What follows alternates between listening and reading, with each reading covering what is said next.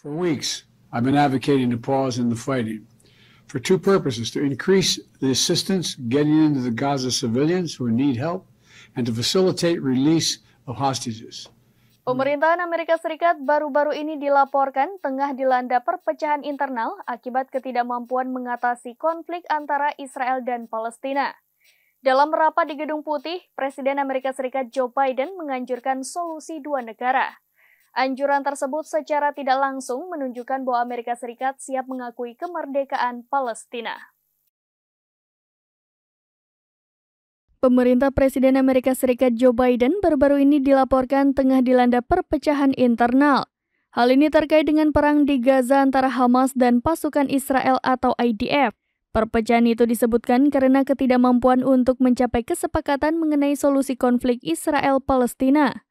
Mengutip Tribun News pada Selasa 28 November 2023, perpecahan internal ini dimulai saat muncul rasa keprihatinan dari Gedung Putih terkait banyaknya korban sipil yang berjatuhan di Gaza. Sebelumnya, sekitar 20 staf Gedung Putih meminta pertemuan dengan para penasihat utama Presiden. Pertemuan itu bertujuan untuk membahas rencana pemerintah saat ini untuk mengurangi jumlah korban sipil di jalur Gaza. Mereka diketahui bertemu dengan Kepala Staf Gedung Putih Jeff Zients, Penasehat Senior Anita Dunn, dan Wakil Penasehat Keamanan Nasional John Fine.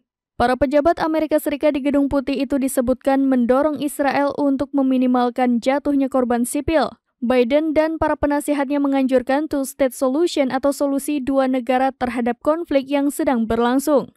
Secara tidak langsung, anjuran dalam pertemuan internal pemerintahan Amerika Serikat ini mulai memikirkan untuk mengambil langkah pengakuan terhadap kedaulatan negara Palestina. Hal itu pun bermakna bahwa Palestina akan diakui merdeka dan mendorong Israel untuk hidup berdampingan sebagai negara bertetangga.